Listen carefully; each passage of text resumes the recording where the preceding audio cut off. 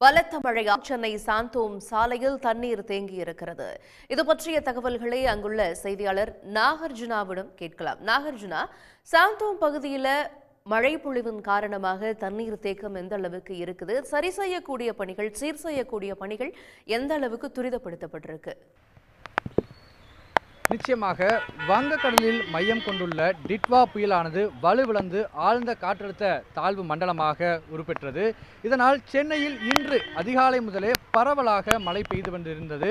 குறிப்பாக சென்னையின் நுங்கம்பாக்கம், வடபழனி, கோடம்பாக்கம், ஆழ்வார்பேட்டை, நந்தனம், சாந்தோம் சாலை, அடையாறு உள்ளிட்ட பல்வேறு பகுதிகளில் அதிகாலை முதலே பலத்த அளவில் மழையானது பெய்து வந்தது. அதனால் ஆங்காங்கே பள்ளமான பகுதிகளில், தாழ்வான பகுதிகளில் மழைநீரானது தேங்கிய நிலையில் இருந்தது.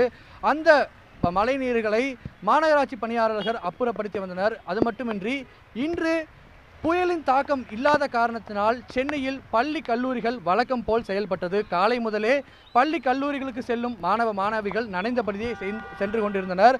குறிப்பாக காலை முதல் இந்த மழை விடாமல் பெய்து வருவதன் காரணமாக சென்னையில் ஒரு சில தனியார் பள்ளி கல்லூரிகளுக்கு மதியம் முதலே, அதாவது அரை நாள் விடுமுறை என்பது விடப்பட்டிருந்தது.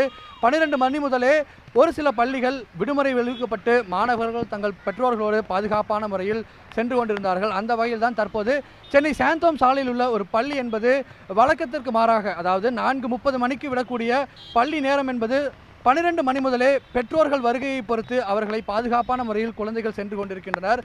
தற்போது கூட பள்ளி மாணவர்கள் அந்த 4:30 மணி அதற்கு முன்பாக குடைகளில் பிடித்து கொண்டு செல்வதை நம்மால் பார்க்க முடிகிறது. காலையிலுமே பள்ளி கல்லூரிகளுக்கு மாணவ மாணவிகள் நனைந்தபடியே வந்த காட்சிகளை நம்மால் பார்க்க முடிந்தது. அதுபோகத்தான் மாலையிலும் இதுபோன்ற காலை முதலே பெய்து வந்த இந்த மழையானது மாலை வரை தொடர்ச்சியாக அவ்வப்போது பெய்து வந்ததன் காரணமாக தனியார் ஒரு சில பள்ளிகளில் மதியம் 1 மணி 2 மணி போன்ற கால நேரத்துக்கேற்ப பள்ளிகளுக்கு விடுமுறை அளிக்கப்பட்டு வந்தது. அந்த மாதிரி தான் தற்போது சென்னை சாந்தோம் சாலையில் உள்ள ஒரு பள்ளி என்பது மாணவர்கள் தங்கள் பெற்றோர்கள் வருகைக்கேற்ப அவர்களுக்கு பாதுகாப்பான முறையில் அனுப்பி வைக்கப்படுகிறார்கள். குறிப்பாக இந்த சாலையில் தண்ணீர் என்பது பெருமாறியாக இல்லை. ஏனென்றால் மாநகராட்சி பணியாளர்கள் பள்ளமான பகுதிகளில் உள்ள தண்ணீர்களை அவ்வப்போது அப்புறப்படுத்தி வருகின்றனர்.